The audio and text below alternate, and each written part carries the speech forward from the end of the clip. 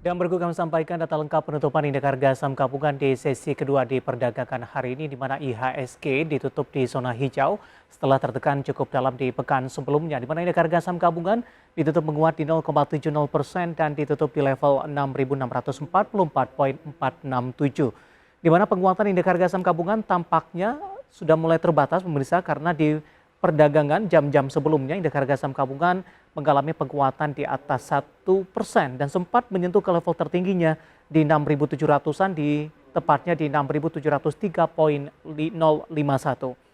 Di sesi pertama dibuka di pagi tadi di level 6.603,893, sementara level terendah di sepanjang perdagangan hari ini di 6.574,136, dan di sepanjang perdagangan hari ini tampaknya asing mulai kembali masuk setelah banyak melakukan aksi jual atau keluar dari pasar domestik di perdagangan pekan sebelumnya.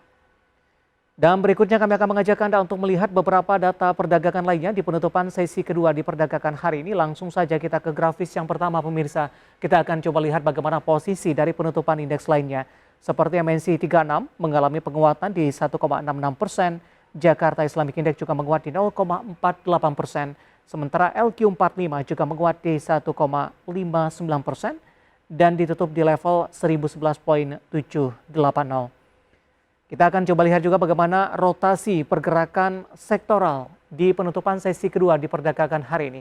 Sektor energi jauh memimpin dengan penguatan yang cukup signifikan di 3,48%. Barang baku juga menguat di 1,38%, sementara tekanan datang dari infrastruktur melemah di 0,39% dan teknologi juga tertekan di 0,10%. Namun yang menarik adalah tekanan secara sektoral untuk teknologi di penutupan sesi kedua hari ini tidak sedalam dari pelemahan yang terjadi di pekan sebelumnya. Kemudian kita beralih ke grafis selanjutnya, saham-saham yang mengalami penguatan signifikan yang masuk ke dalam deretan top gainers dan menjadi penopang penguatan indeks harga saham gabungan. Dari perbankan big cap dikontribusi oleh BBRI ditutup di level 4.500, hari ini menguat signifikan. BBCA juga menguat di 7.475. Namun dari perbankan big cap ini masih jauh dari level tertinggi yang pernah dicapai sebelumnya. Kemudian Gotoh setelah tertekan cukup dalam di pekan sebelumnya, hari ini bergerak di zona hijau, bahkan di sesi pertama pada pagi tadi sempat mengalami penguatan di atas 11%.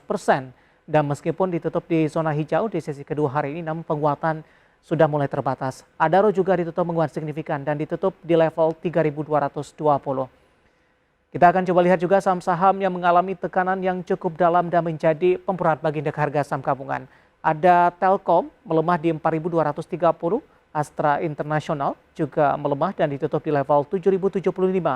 WIRG juga melemah di 735 dan PRMS juga tertekan dan ditutup di level 214.